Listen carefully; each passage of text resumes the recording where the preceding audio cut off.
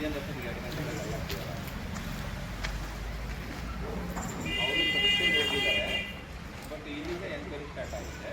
Plus ನನಗೆ forensic lab vehicle ಇಟ್ಕೊಂಡು ಬಂದಿರ್ತಾರೆ. ವೆಹಿಕಲ್ ಬರ್ತಿರೋದ್ರಿಂದ ಯಾರು ಏನು ಅಂತ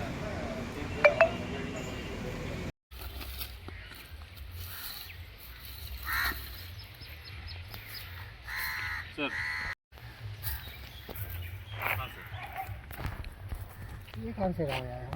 ಇರೋದೇ ಕಡಿಮೆ, ಅದ್ರೊಳಗೂ ಸಿಕ್ಕಿದ್ದು ಹಿಂಗೆ ಒಳಕ್ಕೆ ಬಂದರೆ ಮುಂದೊಂದು ದಿವಸ ಪ್ರಾಬ್ಲಮ್ ಆಗುತ್ತೆ.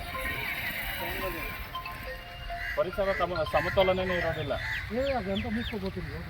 ಅಪರೂಪದಲ್ಲಿ ಸಿಗೋದು ಇದು, ಯಾರಿಗೂ ಕಾಣೋದೇ ಇಲ್ಲ. ನನ್ನ ಸರ್ವಿಸ್ 11 ವರ್ಷ ಆಯಿತು. ಒಂದು 3-4 ನೋಡಿರ್ಬೋದು ನನ್ನ ಸರ್ವಿಸಲ್ಲಿ.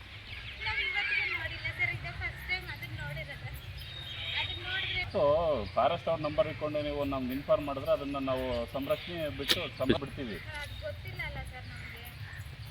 ಹೇಳ್ಬೇಕಮ್ಮ, ತಿಳ್ಕೊಬೇಕು, ಪ್ರತಿಯೊಂದು ತಿಳ್ಕೊಬೇಕು.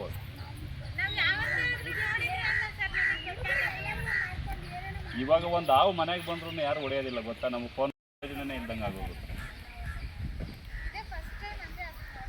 ಹೌದಮ್ಮ, ನಾನು ಹೇಳ್ತಿದ್ದೀನಲ್ಲ, ಸರ್ವಿಸ್ 11 ವರ್ಷ ಸರ್ವಿಸಲ್ಲಿ ಇದೆ. 4ನೇ ಟೈಮ್ ನೋಡ್ತಾ ಇರೋದು ನಾನು.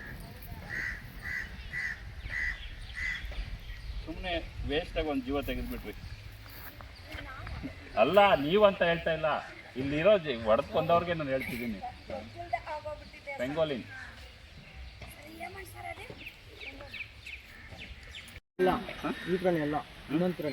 ಇನ್ನೊಂದು ಯಾವುದು? ಇನ್ನೊಂಥರ ಅದಕ್ಕೆಲ್ಲ ಆಮೇನಾ ಏನೇ ಇರಲಿ ಆಯಿತು, ಏನೇ ಸ್ವಲ್ಪ ವನ್ಯ ಪ್ರಾಣಿ ಅಂತ ಕಾಣೋಂಥವನ್ನ ದಯವಿಟ್ಟು ನಮ್ಮ ಅರಣ್ಯ ಇಲಾಖೆಗೆ ತಿಳಿಸಿ. 1926 ಹೆಲ್ಪ್ಲೈನ್ ನಂಬರು. ಆ ನಂಬರಿಗೆ ಫೋನ್ ಮಾಡಿದ್ರೆ ಬೆಂಗಳೂರಿಗೆ ಹೋಗುತ್ತೆ. ಬೆಂಗಳೂರಿಂದ ಸಂಬಂಧಪಟ್ಟ ಏರಿಯಾಗೆ ಬರುತ್ತೆ. ಏರಿಯಾಗೆ ಬಂದವರು ನನಗೆ ಇನ್ಫಾರ್ಮ್ ಮಾಡ್ತಾರೆ. ಆ ಏರಿಯಾದವ್ರು ಬಂದು ಅದನ್ನು ಸಂರಕ್ಷಿಸಿ ಹಿಡ್ಕೊಂಡು ಅದನ್ನು ಸುರಕ್ಷಿತವಾಗಿ ಕಾಡಿಗೆ ಬಿಡ್ತಾರೆ. ಯಾವುದೇ ಪ್ರಾಣಿನೂ ಹೊಡೆದುಕೊಳ್ಳೋದು ಅಪರಾಧ ವನ್ಯಜೀವಿ ಪ್ರಕಾರ. ಇದು ಶೆಡ್ಯೂಲ್ 1 ಕ್ಯಾಸ್ಟಲ್ಲಿ ಬರುತ್ತೆ. ಕನಿಷ್ಠ ಅಂದರೆ 7 ವರ್ಷ ಜೈಲಾಗುತ್ತೆ ಹೊಡೆದವ್ರಿಗೆ.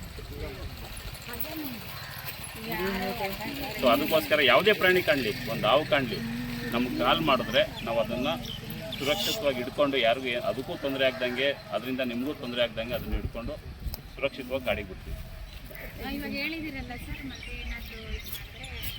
ಹಾಂ, ಎನಿ ಟೈಮ್ ನೀವು ಯಾವಾಗ ಕಾಲ್ ಮಾಡಿದ್ರು ನಾವು ಅಟೆಂಡ್ ಮಾಡ್ತೀವಿ. ಹೇಳ್ರಿ, ಹಿಡ್ಕೊಂಡಾಗ ಕಾಡಿಗೆ ಬಿಡ್ತೀವಿ ನಾವು.